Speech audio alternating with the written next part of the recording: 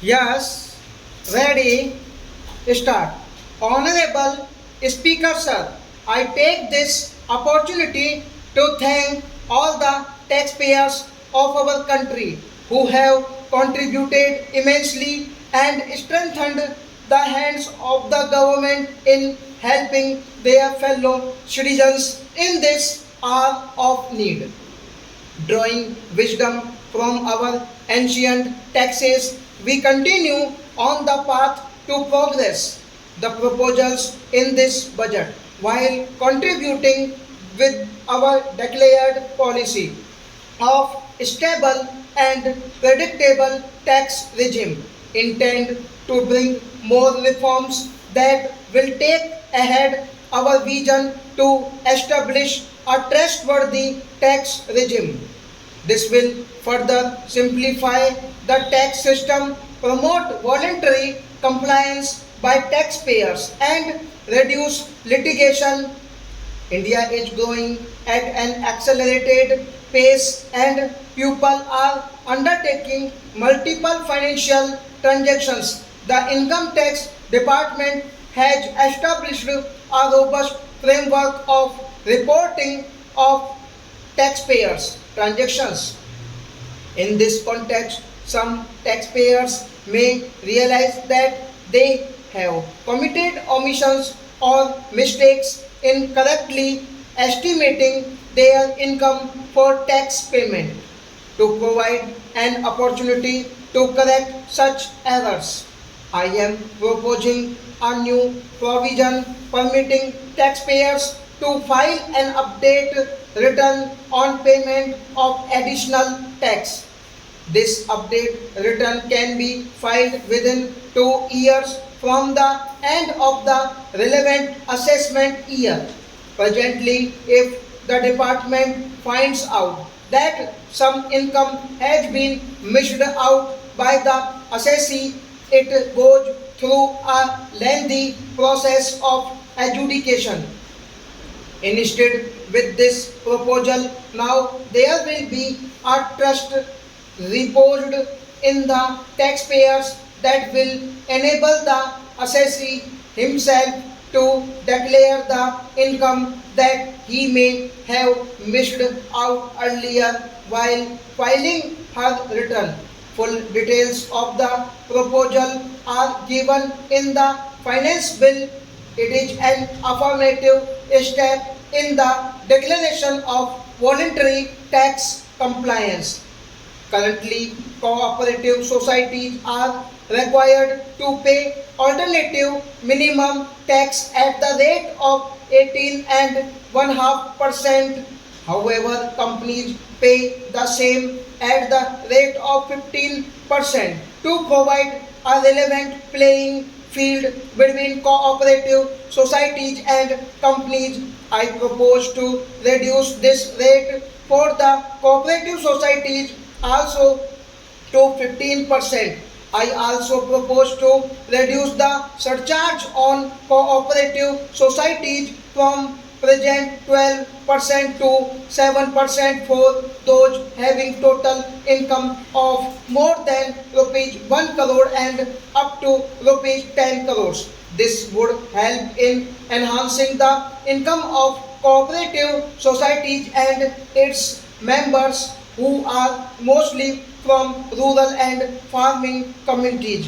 The parent and guardian of a differently abled person can take an insurance scheme for such person.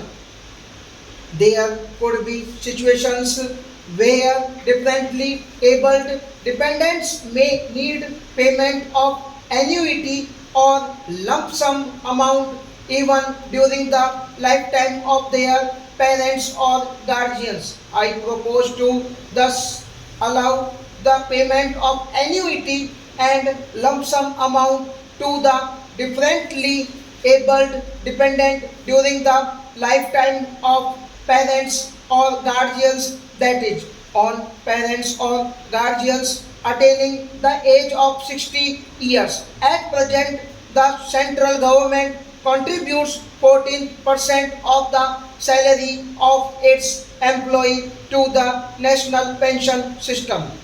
This is allowed as a deduction in computing the income of the employee. However, such deduction is allowed only to the extent of 10% of the salary in case of employees of the state government to provide equal treatment to both central and state government employees.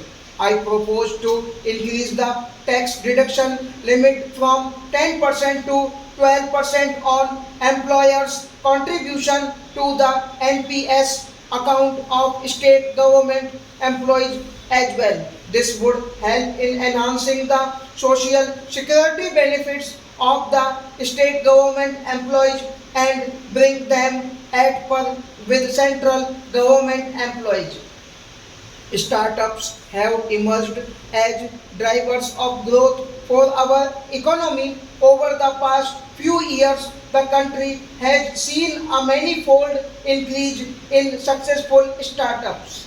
Eligible startups established before 31/3/2022 had been provided a tax incentive for 3 consecutive years out of 10 years from incorporation. In view of the COVID pandemic, I propose to extend the period of incorporation of the eligible startup by one more year, that is up to 31/3/2023, for providing such income tax incentive in an effort to establish a globally competitive business environment for certain domestic companies. A concessional tax regime of 15% tax was introduced by our government for newly incorporated domestic manufacturing companies. I propose to extend the last date for commencement of manufacturing or production under Section 115B by 1 year, that is from 31st March 2023 to 31st March 2024. There has been a phenomenal increase in transactions in virtual digital assets. The magnitude of and frequency of these transactions have made it imperative to provide for a specific tax regime accordingly for the taxation of virtual digital assets. I propose to provide that any income from transfer of any virtual digital asset shall be taxed at the rate of 30%. No deduction in respect of any expenditure or allowance shall be allowed while computing such income, except cost of acquisition, further loss from transfer of virtual digital asset cannot be set off against any other income. Further, in order to capture the transaction details, I also propose to provide for TDS on payment stop.